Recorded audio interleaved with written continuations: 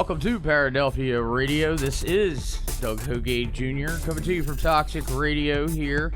And I always want to say West Deptford because I'm used to that. We're not here anymore. I guess we're in a whole different area. It's just Clementon now, or we're somewhere in South Jersey.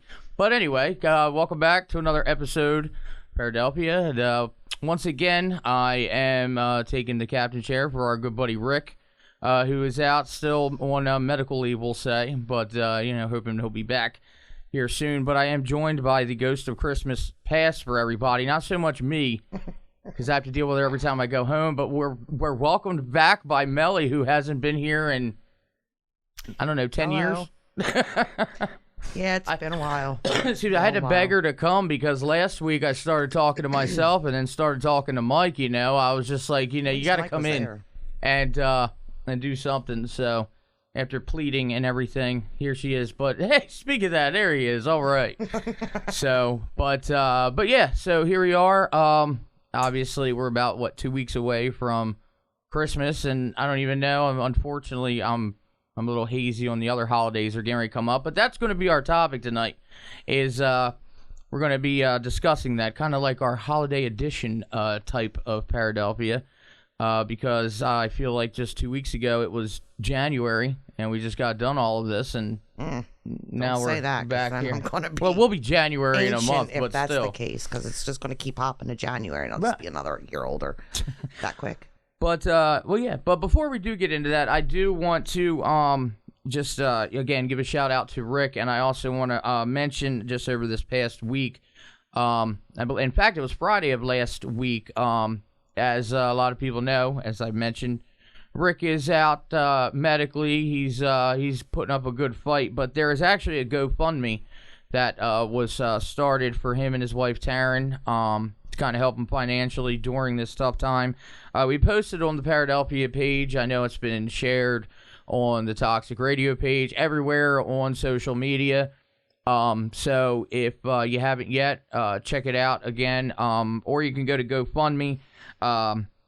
Of course, they give you, for something with a charity, they can't give you a nice, easy, link.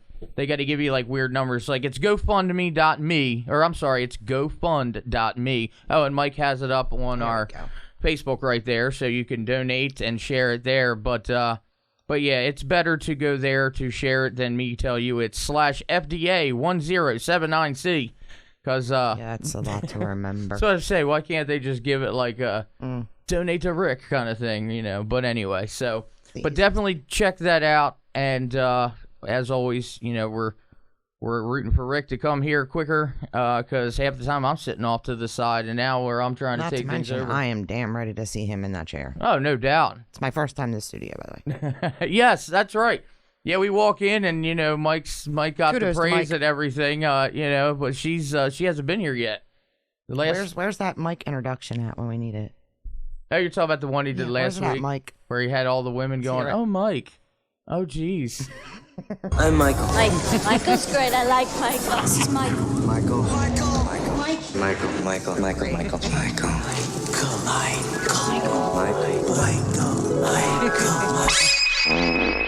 I like how it ends I love with it that. Almost. No, but how many people did you pay to make your name, or did you just go to random people at the grocery store and say, "Can you just say Michael in the weirdest ways you can?" That was actually a creation of our own David Ayers, who is the host of Bleeding Edge on Saturday nights and commercial and voiceover extraordinaire. I didn't even know he was making that, and he just one day was like, "Hey, check what I made you," and I was like, "Oh, that's creepy." It kind of reminds me. We were actually Mellie and I. We were talking about this the other night. I remember when I used to have my iPad and I had the soundboard and I took Rick's voice.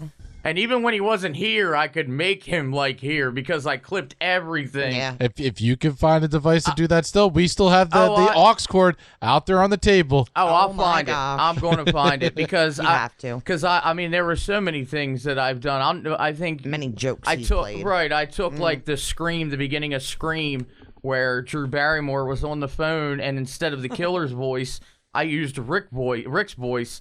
And sent it to him. But the best one year was when he had trouble with the cable company. Oh my God. And then I used this prank dial site. Rude. And I had a cable customer service rep call him talking about, oh, we have some purchases of adult movies and whatnot. So and it rude. went for like 10 minutes. He's like, no. And it, yeah, I've put him through some abuse over the years, I guess. But, nothing but love. So Rude. But anyway, so yeah, as I said, go on the our social media, Paradelphia Toxic Radio. Just search it, and if you can give, anything is definitely appreciated. So, but anyway, so with that being said, we're going to get right into our discussions here because, as I said, we have all these holidays coming up. Just yesterday, I'm still thinking we're in like December, like the first 10 days of it. Just ask you, and excuse me for asking, but is Hanukkah over? Or no, is it still in? I think Christmas Eve is the last days of Hanukkah. Oh, is it? Yeah, I don't know. I'm ignorant, I guess. Right. Well, we're going to get into that, actually, because that is actually... okay. We're going to talk about... Hanukkah is actually a good way to bring it up. Perfect. But what I was just getting ready to say was I knew we were getting closer to Christmas, but I don't know why I thought we were still within the first 10 days of December. And here we are, December, 15th, 16th, and I'm like...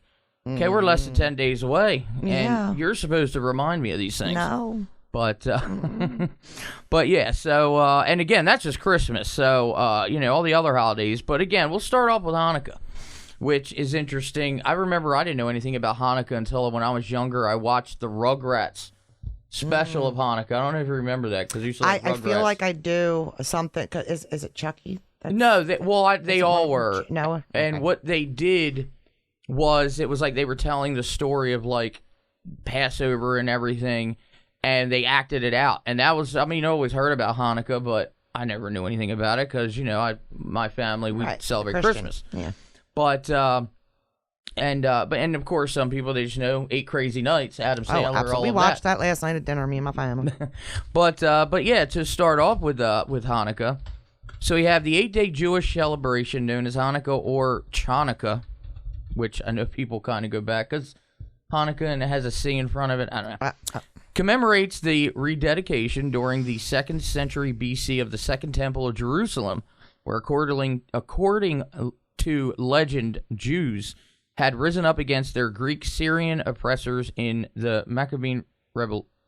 Wow, I'm having trouble reading here. Hanukkah, which means dedication in Hebrew, means on the 25th of Kislev on the Hebrew calendar and usually falls in November or December.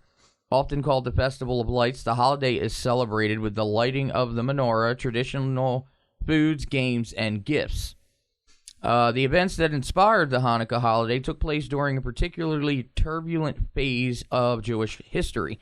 Around 200 BC, Judea, also known as the Land of Israel, came under the control of Antiochus III. He was the king of Syria, who allowed the Jews who lived there to continue practicing their religion. His son proved to be less accepting to it. So, I'm sorry. Oh, okay, sorry. He's sharing something. I thought... No. He's correcting me here. Okay, so ancient sources recount that he outlawed the Jewish religion and ordered the Jews to worship Greek gods. In 168 BC, his soldiers descended upon Jerusalem, massacring thousands of people and desecrating the city's holy Second Temple by erecting an altar to Zeus and sacrificing pigs within its sacred walls. Can I just say, what is the whole thing with the sacrificing? That's one thing I've never gotten. I know you're sacrificing to the gods and all this, but anyway, just everybody is always wanting to, like, kill in the name of a god, but I thought you weren't supposed to kill. Does that make sense? That's right. You get kind of... I'm sorry. I just have to say that my kids tuned in, so I'm excited. Sorry. All right, okay. Leave it alone. There's nothing wrong with that. I'm done with it now. No, you're fine. I'm Nothing wrong paying with attention that. again. But I know they heard me. Well, exactly. Shout out to Colette and Gavin. Hey. So led by the... Okay, so go back. Led by the Jewish priest Matthias and his 5 sons, a large-scale rebellion broke out against Antiochus, I guess that's how you say it, and the monarchy. When Matthias died in 166 BC, his son Judah, known as the Hammer, wow, he had a nickname, sounds like a wrestling name, he took the helm. Within 2 years, the Jews had successfully driven the Syrians out of Jerusalem, relying largely on guerrilla warfare tactics. Judah called on his followers to cleanse the Second Temple, rebuild its altar, and light its menorah.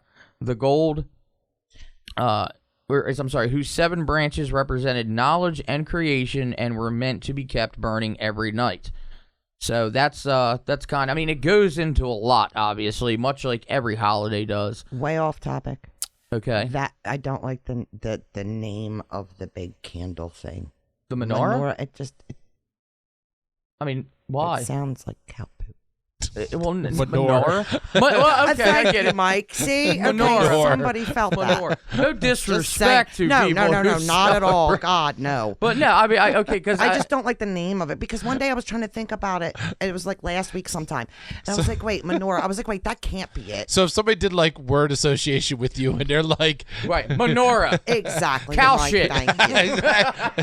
Which you can't fault somebody for, because no, it's very close. You're right. You can't I fault agree. somebody for it. No disrespect whatsoever, please. So don't if we're anybody ever playing, think that. Just like saying. if we're playing like charades, okay? Oh yeah, you could and be like the a words, cow if the pasture word somehow. is menorah and it's your turn to knock, you're gonna go like moo. How are you going to charade that, homie? Go moo. Charade is no talking. Oh well, I don't know how to imitate a cow other than saying moo. Start milking yourself. Yeah, there you go.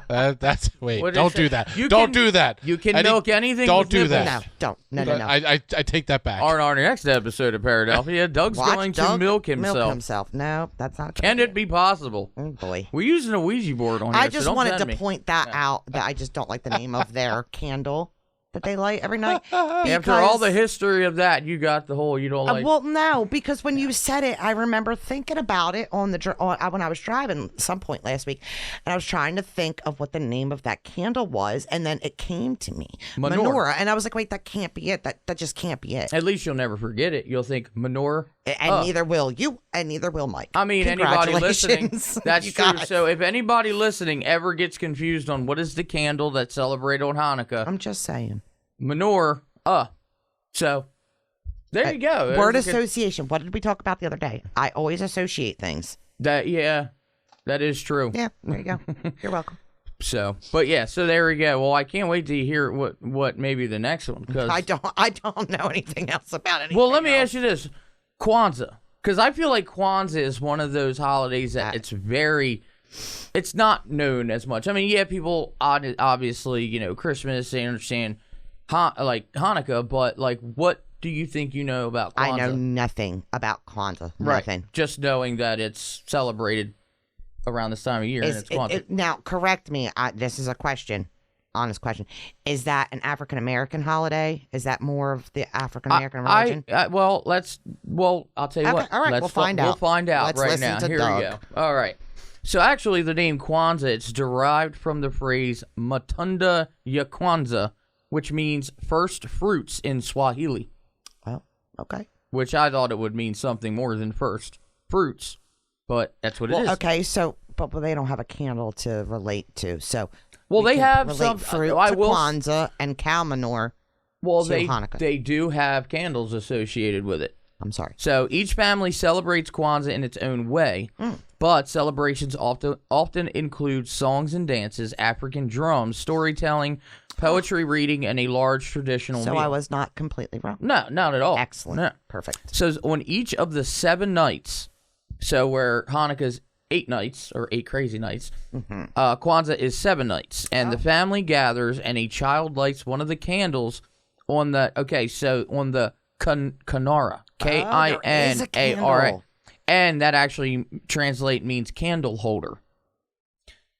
So they're pretty basic, unlike Menorah. Basically, that's translated to just they're lighting the candle on the candle holder.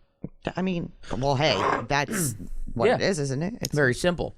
But it says, then one of the 7 principles is discussed. The principles called Nguzo Saba, the 7 principles in Swahili, are values of African culture, which contribute to building and reinforcing community among African Americans.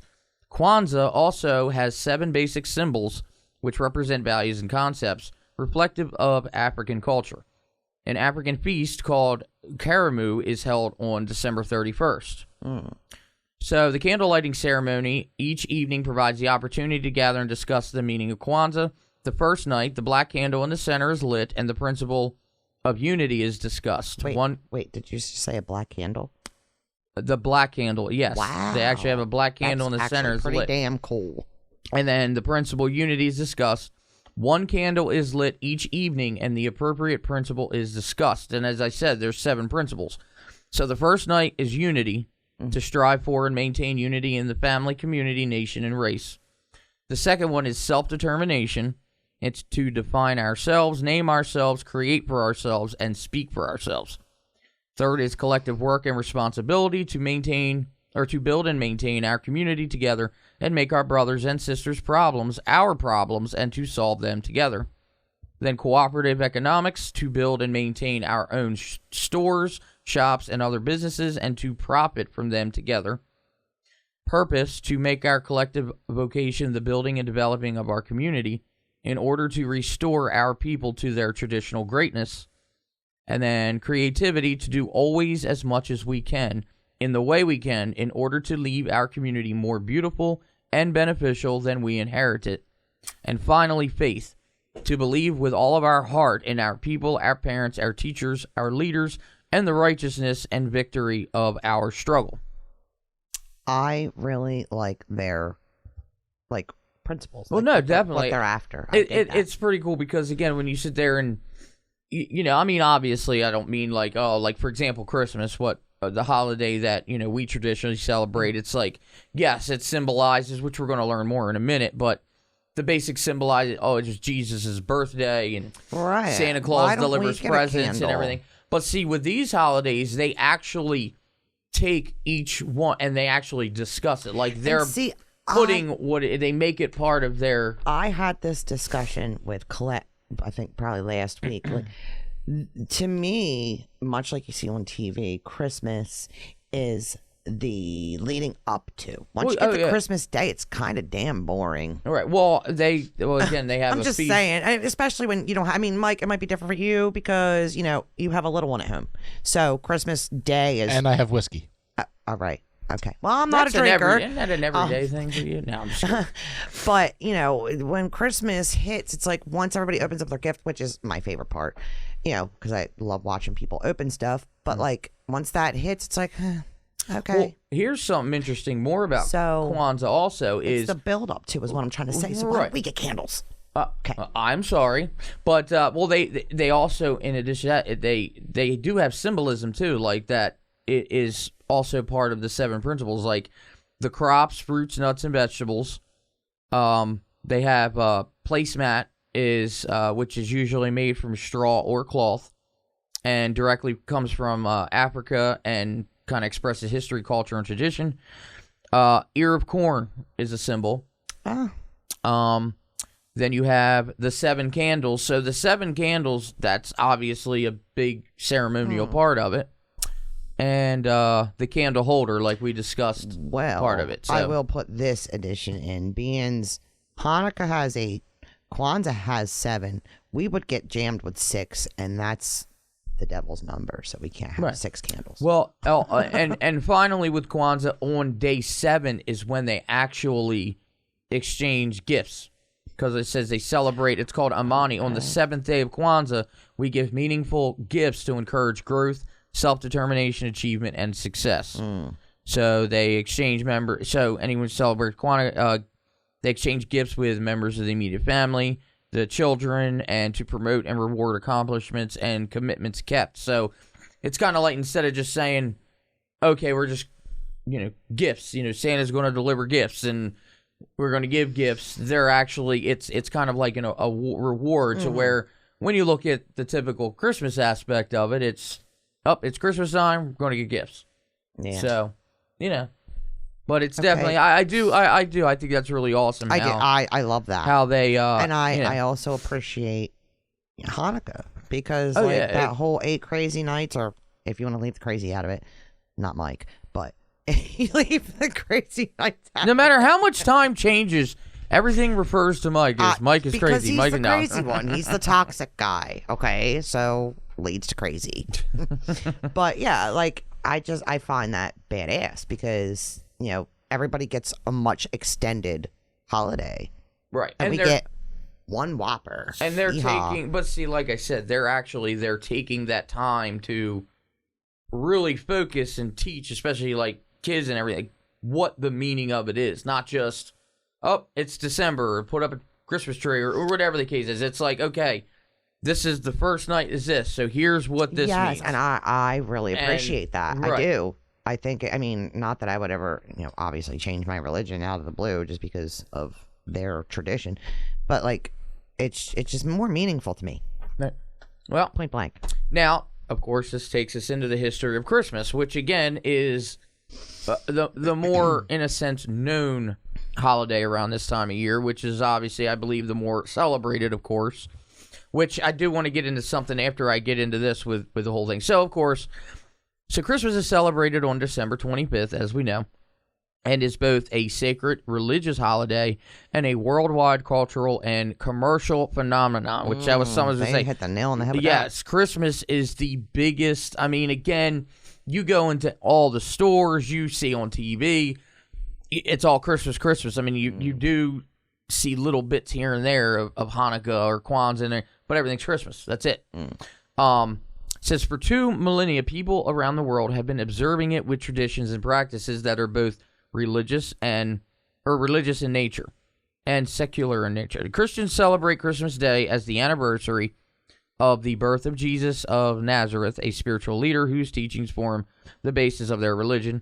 Popular customs include exchanging gifts, decorating Christmas trees, attending church, sharing meals with family and friends, and of course, waiting for Santa Claus to arrive.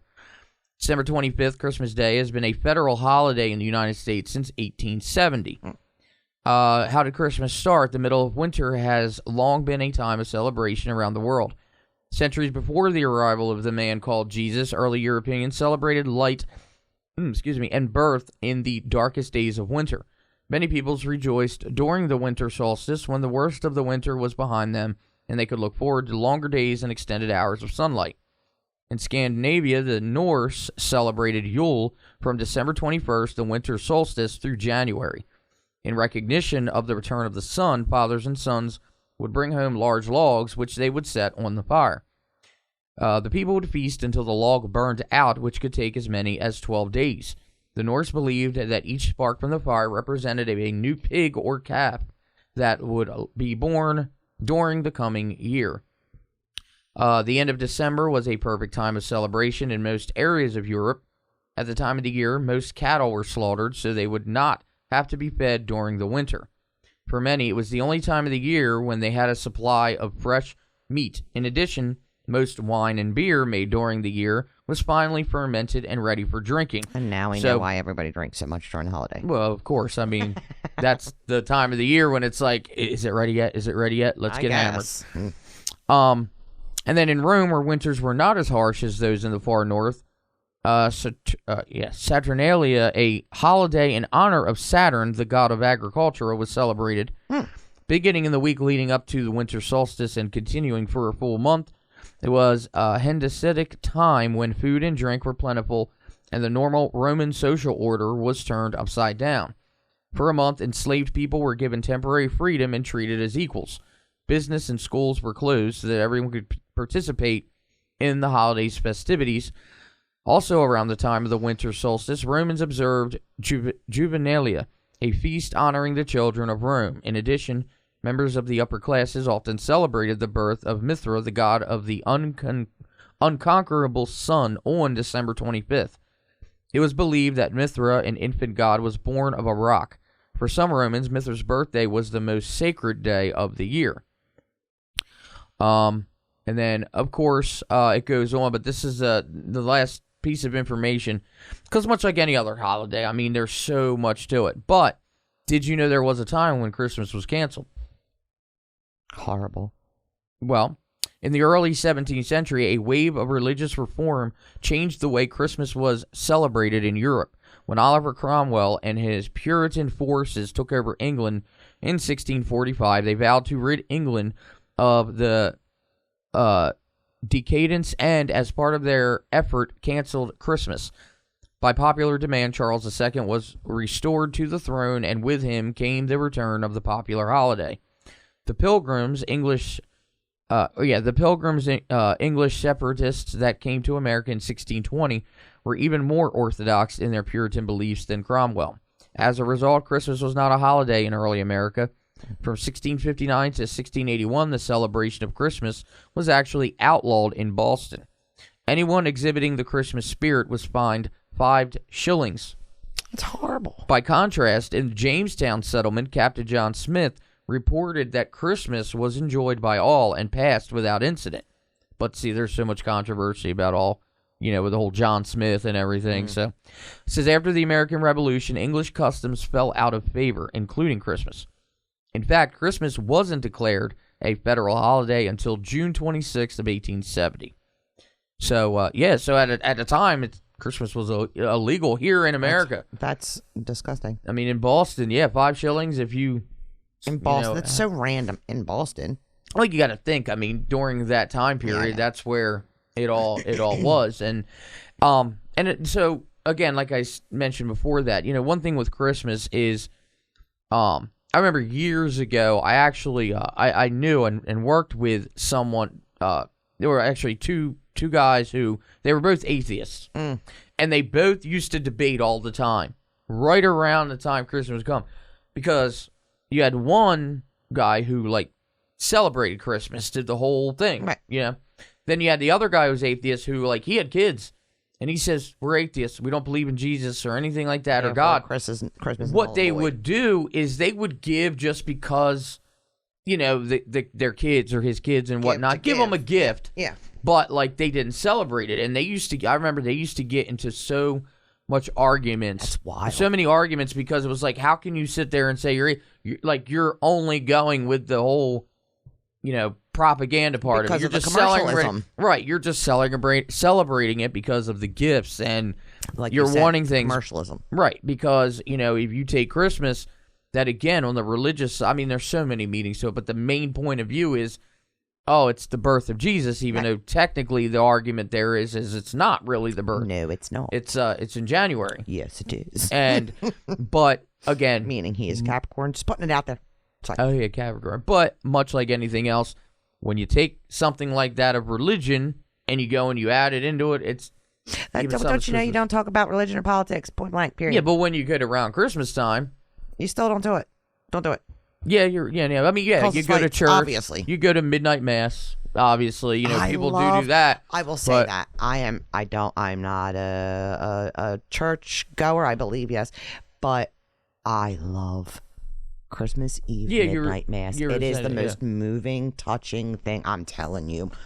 I love it. Anyway. Well, I remember. Well, yeah, because you had asked me the other night because I know since we've been together, we haven't done it. In fact, on my ride here, I was going to say that once again that I wanted to go to midnight. Right. Well, when I was growing up, because we always went to a Baptist church, and on Christmas Eve, I remember we would all go to. It was just a regular church service for an hour. I mean, we weren't the family that went to church every Sunday. We would go on certain occasions or whatnot.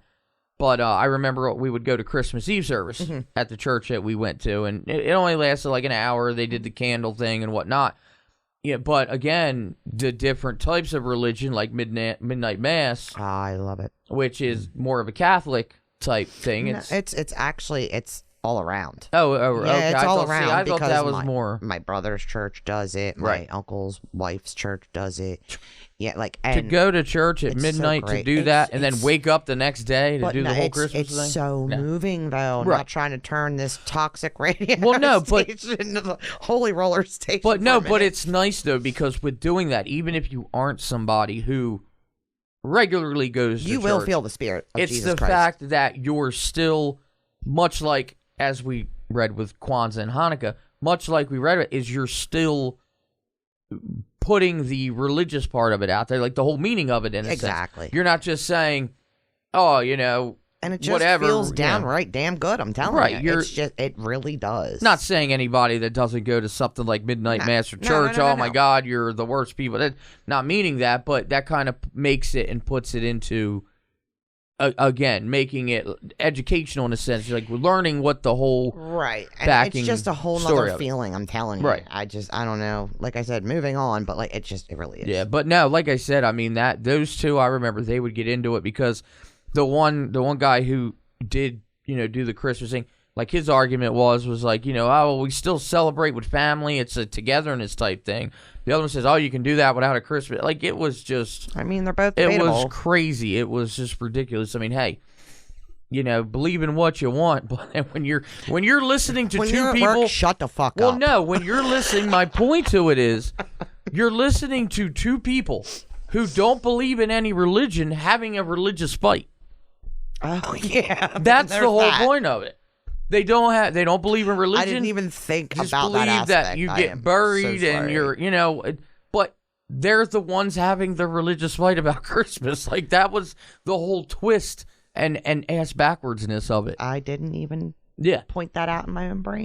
But and don't be somebody to try to chime in and be like, well, the whole... Could you imagine if there was a religious person that walked up onto the scene and was well, let me tell you. Well, no, there were people, but see... It was always the newer people that would try to chime in and just be like, nope, you don't want to do that. They're already arguing about something they don't believe in. Oh, yeah. It was like comical in a sense, but kind of like, oh, my gosh, do you guys realize you're arguing about a religious topic and none of you believe in religion? Yeah. Hey. So, moving on. So, yeah. So, I mean, but all in all, again, I mean, I tell you what, with doing the research before this, I always had a basic idea, obviously, of Kwanzaa, and especially not Kwanzaa. Like, I really didn't know anything about Kwanzaa, but just the little bit, learning what we just did in this short period of time is a lot about it. So very informative, right? So, because that was another thing too. I always thought, like I remember when I was younger, I went to one school from kindergarten to 4th grade, and there was this one kid in the class, like I believe his family, they were Jehovah's Witnesses. Oh boy. And they didn't with that, like, you don't celebrate birthdays, you don't celebrate at all. And I always used to think that was part of the Kwanzaa celebration. No, I did know that much. I that's what I used to think was okay, well, but no, that was that's a whole nother side of it. So again, even though you do have those, in a sense, three main holidays with like Hanukkah and Kwanzaa and Christmas, I mean, there are so many things that it's all about the end of the year, but I do find it interesting that take all that away back in Roman times and whatnot, they celebrated because now was the time that you had most of the food, meat, you had the alcohol, so food, you're hence New Year's, that was probably the whole concept of like, no, you change a year. Well, so. Right, but it's like, hey, we got the alcohol, let's party. Let's party it up. That's why it's a party holiday. Exactly. That's why. Because it's the alcohol. Mike, whiskey. Yep. I'm waiting for whiskey. That's a new thing. I got to find that soundboard. I know it just popped in my head. That used to be my favorite. But yeah, putting someone on whiskey or something. So, yep. But yeah, but it's like I said, it's very, especially again with Christmas. I mean, like we mentioned, like the propaganda. I mean, I was seeing Christmas shit up in Walmart and freaking right before Halloween. Back when I used to work at Crack Me. Okay. Yeah, I'll put that out there. They would literally start, because we'd have Christmas shows, and they'd blast Christmas music before Halloween. And I'm like, what is happening? Well, Somebody that's because, shoot me in the face. The whole psychological part of the music at grocery stores, it's always upbeat and everything. So they figure... No, it's not. No, the whole story. We've had this discussion. If you go into grocery stores, they actually have psychological experts that say, okay, the type of music that's played, the way things are laid out in a grocery store, it's all a psychological mind game to get you to buy their stuff. Here is a little interesting story. I used to complain because they used to play the most depressing shit, like breakup music, like during the daytime. And I'm like, what if some poor sucker is in here, just lost their mate because they go in the bathroom or whatever the case, drink bleach or something, right? And I'm like, why would they play that? Because I learned that actually in a college class, like that, how you never realized it, but it's like, you ever notice when you go to a store, it's always upbeat music and the way things are positioned, like everything on store placement things are all huge. on the end caps Yes. where it's got the big prices. That's always not the cheapest. It's And most likely the most expensive. Let me teach all of our listeners the reason for store. Mellie's Christmas shopping there we go. advice. No, There not we just go. Christmas shopping. This is always store resets is for all us suckers to go out there and buy because they move shit around to confuse you. Yeah. Oh my gosh. This is the true facts. I know it. I did it for 16 years almost.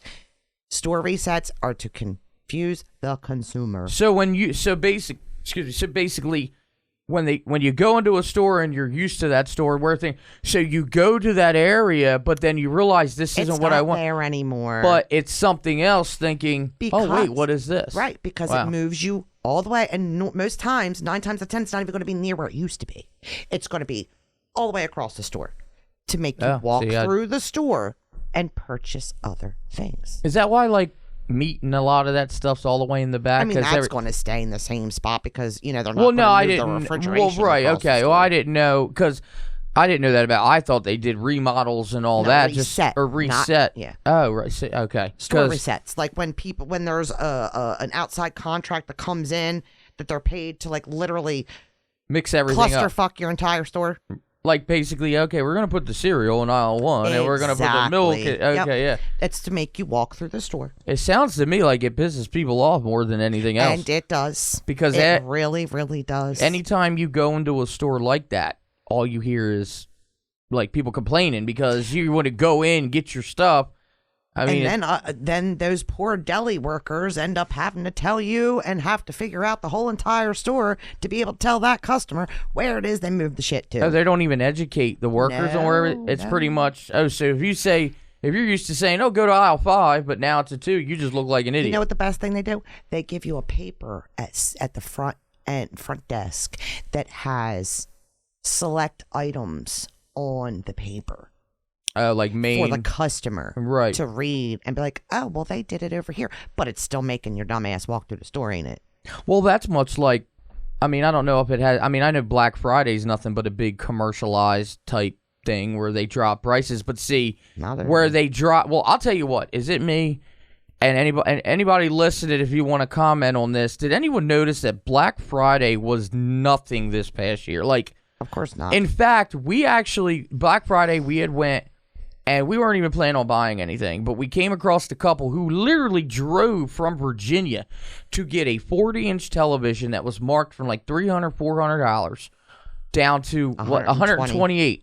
Well, they told us about it, and they said you had to do it online. So I'm like, okay, I'm right there in the aisle and do it. They said, okay, you come back later that day and pick it up at 3. Yeah. So I'm actually on my way there to go pick it up, and I get a notification saying, oh, it's not available. We'll let you know when it is. Then all of a sudden, about an hour later, I get a notification saying, we refunded your money because we're out of stock. I wonder if that's a ploy. But still make the consumer come to the store and walk around the store and just buy something else. You just took the words out of my mouth thinking, what if they still did that and then refund the money thinking, well, you are in the mindset of getting a TV. Because I actually, a couple days later, I was waiting in customer service and there were people in front of me trying to return a TV. So they were trying to return a TV and they were mad because they wanted the refund that the TV was listed for, and they bought it on Black Friday prices. And I think they thought that they were going to get that money back. I kid you not, I was overhearing. It was amazing. So anyway, it all just causes chaos no matter what. Nothing's easy. Gotta love the holidays. Because again, one last thing, I always wondered what's the point in resetting all that stuff anyway if you're used to it. But anyway, so yeah, next time you're all shopping, think of that. Reset your store, go curse at them. They want your money, and they want to confuse you. So, all right. So, I'm going to get into the second part of our show, which actually, this was your idea here, Mellie.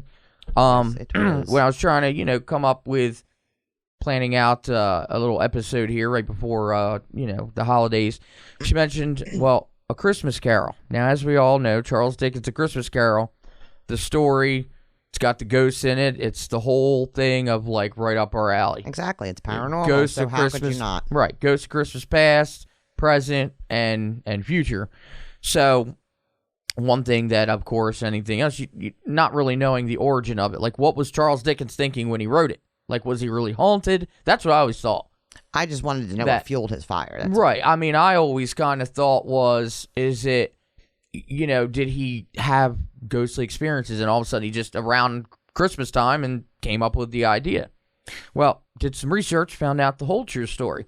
So this is actually from a Time website, and it's the real reason that Charles Dickens wrote A Christmas Carol. It says, after a particularly bleak year, millions in the English-speaking world and beyond will seek some comfort by watching a converted miser in a nightshirt, whipping about his light as a feather. Whoop, hallo, what's today, my fine fellow? Published in December of 1843, Charles Dickens' A Christmas Carol was an instant bestseller, followed by countless print, stage, and screen productions.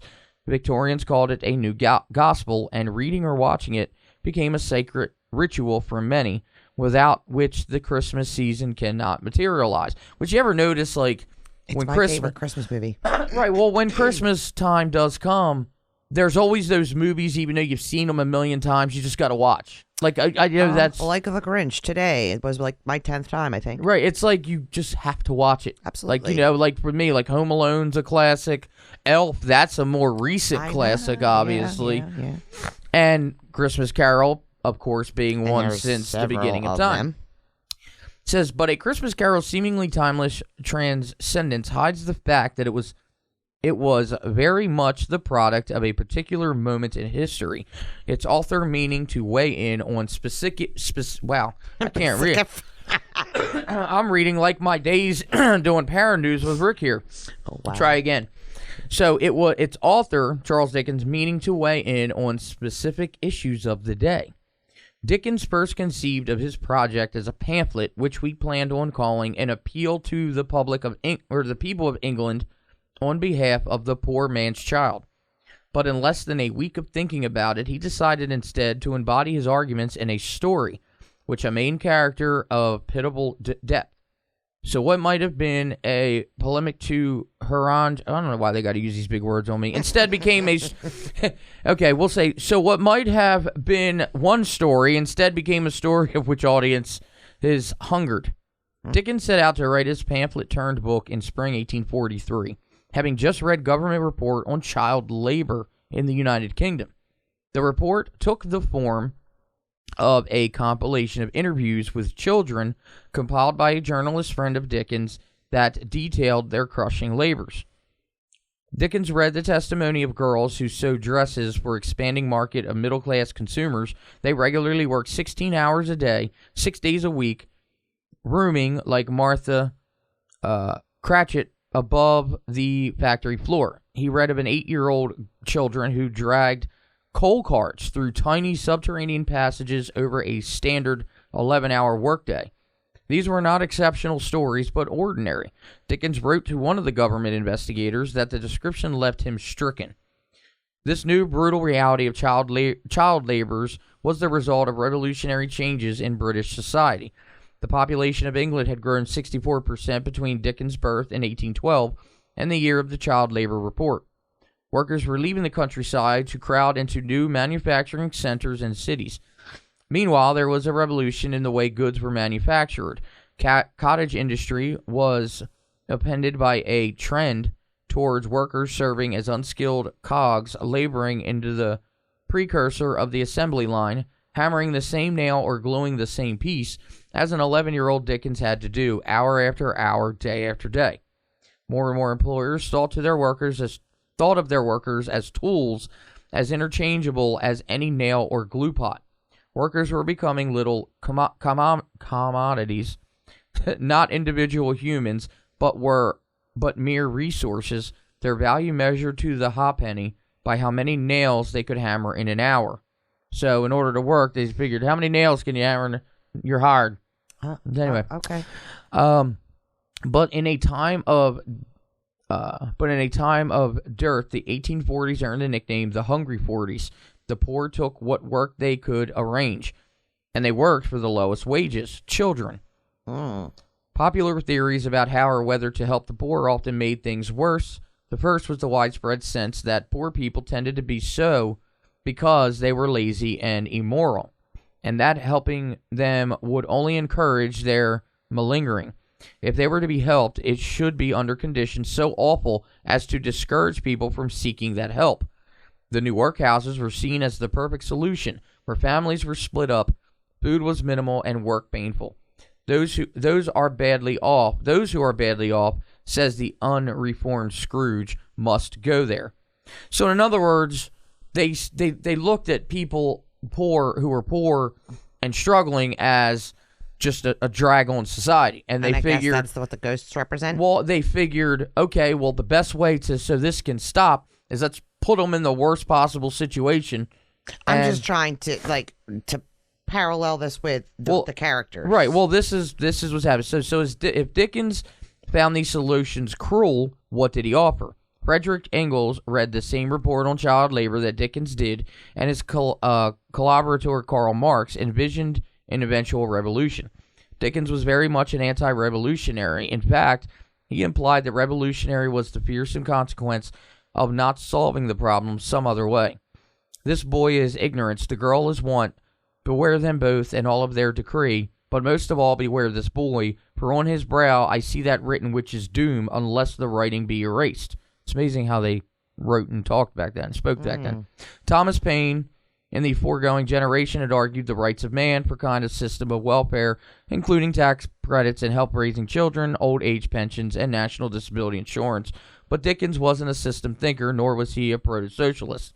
What he did propose in A Christmas Carol, which he scribbled out in less than 2 months in the fall of 1843, intended it, in his words, as a sledgehammer blow, was still radical in that it rejected the modern ideas about work and the economy. What he wrote was that employers are responsible for the well-being of their employees. Their workers are not of value only to the extent to which they contribute to a product for the cheapest possible labor cost. They are of value as fellow passengers to the grave, in the words of Scrooge's nephew, and not another race of creatures bound on other journeys. Employers owe their employees as human beings, no better but no worse than themselves. And yes, that might mean a prize turkey at Christmas. Dickens could not resist a description of food in sensuous detail. But the real salvage that Scrooge gives to the Cratchit family is a raise. As Scrooge and the ghost of Christmas past watched Tiny Tim, his father holding his lame hand, the miser pleads, say he will be spared. The ghost reminds readers of Scrooge's mouthiest quote, if he be like to die, he had better do it and decrease the surplus population. And then finally here, oh God, the ghost growls to hear the insect of the leaf pronouncing onto the too much life among his hungry brothers in the dust. In other words, Dickens reminded his 19th century readers and today's not to mistake their good fortune of landing in a high place for their work. So going back a couple paragraphs, what you said about it, about what the ghosts represent is they are more of like a neutral thing, like they've been through it in a sense, like they have. What it says, your ordinance employers are responsible for their well-being. Here we go. Their value as fellow passengers to the grave, in the words of Scrooge's nephew, and not another race of creatures bound on other journeys. So they kind of like were representing people who may have died or may have been a result of all of that, and they're trying to show him the way. So in a sense, well, then they are what they are in the movie then. Right. I mean, exactly, because you have to look at, I mean, no matter what example you saw of, the movie Scrooge or Christmas Carol, whatever the case may be, is, you sit there and think, much like I did, you thought, like, okay, it's just a story about ghosts. It all boils down to is he was,